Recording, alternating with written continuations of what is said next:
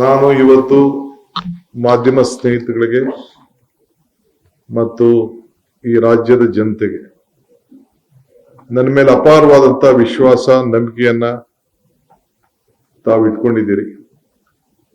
ಹಿಂದೆ ಬೇಕಾದಷ್ಟು ಟೀಕೆಗಳಾಗಿರ್ಬೋದು, ಬೇಕಾದಷ್ಟು ಒಳ್ಳೆ ಮಾತುಗಳನ್ನು ಕೂಡ ತಾವೆಲ್ಲ ಬರೆದಿರ್ಬೋದು, ತಿಳಿಸಿರ್ಬೋದು.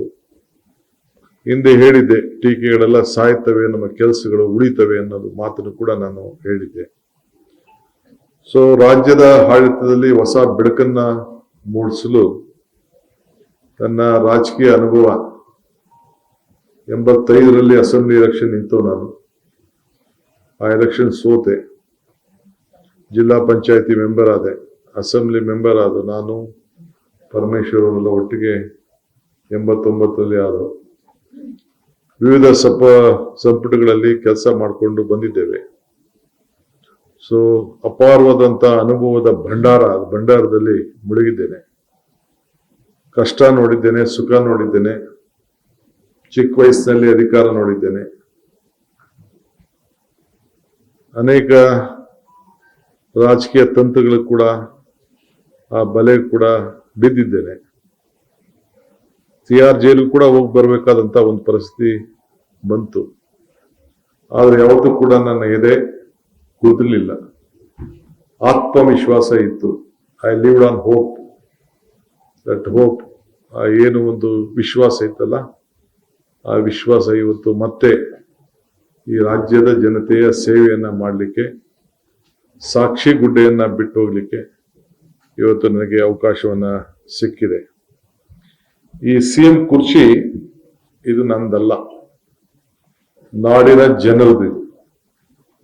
ನಮ್ಮ ಕಾಂಗ್ರೆಸ್ ಕಾರ್ಯಕರ್ತರು ಮತ್ತು ನಾಡಿನ ಜನತೆ ನಮಗೆ ಕೊಟ್ಟಂತ ಇದೊಂದು ಅವಕಾಶ.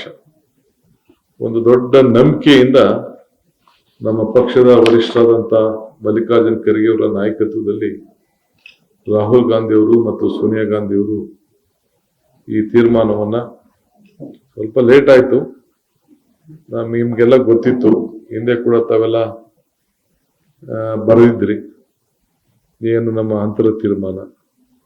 ಮಾನ್ಯ ಶ್ರೀ ಸಿದ್ದರಾಮಯ್ಯನವರು ಕೂಡ ಮಾತನ್ನ ಉಳಿಸ್ಕೊಳ್ತೇನೆ ಅಂತ ಹೇಳಿ ಅವರು ಕೂಡ ಭರವಸೆಯನ್ನು ಕೊಟ್ಟು ಅವರು ಕೂಡ ಹೇಳ್ತಾ ಇದ್ರು, ಪಕ್ಷದ ವರಿಷ್ಠರು ಯಾವತ್ತು ಹೇಳ್ತಿರೋ 5 ನಿಮಿಷನೂ ಇಲ್ಲದೆ ಅವ್ರು ಹೇಳ್ದಂಗೆ ನಾನು ಕೇಳ್ತೀನಿ ಅಂತ ಹೇಳಿ ಸಿದ್ದರಾಮಯ್ಯನವ್ರು ಹೇಳಿದ್ರು. ಆ ಪ್ರಕಾರ ವರಿಷ್ಠರು ನಮ್ಮಿಬ್ರನ್ನು ಕರೆಸಿ ಈ ತೀರ್ಮಾನವನ್ನ ಮಾಡಿ ಕಳಿಸ್ಕೊಟ್ಟಾಗ ಅವರು ಬಹಳ ಸಂತೋಷದಿಂದ ಇವತ್ತು ಅವರು ಸ್ಥಾನವನ್ನ ತೆರವು ಮಾಡಿಕೊಟ್ಟು ನನಗೆ ಎಲ್ಲ ನಮ್ಮ ಪಕ್ಷದ ಶಾಸಕರು ಒಗ್ಗಟ್ಟಿನಿಂದ ವರಿಷ್ಠರ ಮೇಲೆ ಅವರು ತಿಳಿಸಿ ಜವಾಬ್ದಾರಿಯನ್ನು ಕೊಟ್ಟು ಈ ಜವಾಬ್ದಾರಿಯನ್ನ ಹಂಚಿದ್ದಾರೆ. ಸೊ ಗ್ರಾಮೀಣ ಅಭಿವೃದ್ಧಿ, ಗ್ರಾಮೀಣ ರೈತರ ಬದುಕು ಎಲ್ಲ ಕೂಡ ಬಲ್ಲೆ. ಇದ್ರ ಜೊತೆಗೆ ನಗರದಲ್ಲಿರುವಂತಹ ಜನರ ಸಮಸ್ಯೆ ಕೂಡ ಬಲ್ಲೆ. 42% ಜನ ನಗರಗಳಲ್ಲಿ ವಾಸಿಯಾಗಿದ್ದಾರೆ, ಮಿಕ್ಕಿದವರೆಲ್ಲ ಗ್ರಾಮೀಣ ಪ್ರದೇಶದಲ್ಲಿ ಇದ್ದಾರೆ. ಒಂದು ದೊಡ್ಡ ಶಿಫ್ಟ್ ಆಗ್ತಾ ಇದೆ. ಉದ್ಯೋಗಕ್ಕೋಸ್ಕರ ಜನ ಇವತ್ತು ವಲಸೆ ಬರ್ತಾ ಇದ್ದಾರೆ. ಹಳ್ಳಿ ಬಿಟ್ಟು ಬೆಂಗಳೂರಲ್ಲಿ ಏನಾದ್ರು ರಸ್ತೆಯಲ್ಲಿ ಮಾಡ್ಕೊಂಡು ಆದ್ರೂ ಚಿಂತೆ ಇಲ್ಲ, ಒಳ್ಳೆ ಬದುಕನ್ನ ಕಾಣ್ತೀನಿ, ಒಳ್ಳೆ ವಿದ್ಯಾಭ್ಯಾಸವನ್ನ ನನ್ನ ಮಕ್ಕಳಿಗೆ ಕೊಡ್ಬೇಕು ಅನ್ನೋದು ಕೂಡ ನಮ್ಮ ಹಳ್ಳಿ ಜನರಿಗೆ ವ್ಯವಸಾಯವನ್ನ ದೂರ ಮಾಡುವಂತ ಒಂದು ಪರಿಸ್ಥಿತಿಯನ್ನು ಕೂಡ ನಾವೆಲ್ಲ ಗಮನಿಸ್ತಾ ಇದ್ದೀವಿ. ಇದನ್ನೆಲ್ಲ ಹೆಂಗ್ ತಡಿಬೇಕು ಅನ್ನೋದು ಒಂದು ದೊಡ್ಡ ಚಿಂತನೆಯಲ್ಲಿ ನಾವೆಲ್ಲ ಇದ್ದೇವೆ. ಇನ್ನು ಮುಂದಿನ ದಿನದಲ್ಲಿ ನನ್ನೆಲ್ಲ cabinet colleagues, any decision will not be D K Shivakumar decision, it will be A collective decisions. So ಎಲ್ಲ ಜೊತೆಗೆ ಸೇರಿ ಕೆಲಸ ಮಾಡೋರು. ಒಂದಿನ ಏರ್ಪೋರ್ಟ್ ವಿಚಾರಕ್ಕೆ ನನ್ನನ್ನು ಎಸ್.ಎಂ. ಕೃಷ್ಣರವರು ರತನ್ ಟಾಟಾ ಅವರು ಕಳಿಸ್ಕೊಟ್ಟಿದ್ರು. ಇಂಟರ್ನ್ಯಾಷನಲ್ ಏರ್ಪೋರ್ಟ್ ಬಗ್ಗೆ ಚರ್ಚೆ ಮಾಡಲಿಕ್ಕೆ ನನ್ನನ್ನು ಕಳಿಸ್ಕೊಟ್ಟಿದ್ರು. ನಾನು ಯಾರೋ ಒಬ್ಬರು ಸ್ನೇಹಿತರು ಹೋಗಿದ್ದು. ಆಗ ಅವ್ರು ಹೇಳಿದ್ರು, ಡಿ ಕೆ ನೀವು ತಗೊಳ್ಕೊಳ್ಳಿ ಅಂತ ಅವ್ರು ಕೇಳಿದ್ದು. ನಾವು ಅವ್ರಿಲ್ಲ, ನಾನು ತಗೊಳಕ್ ಹೋಗಲ್ಲ, ನೀನು ಒಬ್ಬರೇ ಮಾಡಕ್ ಹೋಗ್ಬೇಡಿ, ನೀವು ಯಾರೋ 2-3 ಜನ ಸೇರಿ ಕನ್ಸೋರ್ಟಿಯಂ ಮಾಡಿ, ನನಗಿಷ್ಟ ಇಲ್ಲ ಅಂತ ಹೇಳಿ ಬೆಂಗಳೂರು ಏರ್ಪೋರ್ಟ್ ಬಗ್ಗೆ ಅವರು ಬೇರೆಯವ್ರಿಗೆ ವಹಿಸಿ ಅಂತ ಹೇಳಿದ್ರು. ಆಮೇಲೆ ನಾವು ಒಂದು ಕನ್ಸೋರ್ಟಿಯಂ ಮಾಡಿ ಆ ತೀರ್ಮಾನವನ್ನು ಮಾಡಿದ್ರು. ಆಗ ಒಂದು ಮಾತು ಹೇಳಿದ್ರು, if you want to walk fast walk alone, if you want to walk far walk together ಅಂತ ಹೇಳಿ ಅವತ್ತು ರತನ್ ಟಾಟಾರ್ ಅವರು ನನ್ನ ಕಿವಿಗೆ ಹೇಳಿದ ಮಾತು ಇವತ್ತು ಕೂಡ ಇದೆ.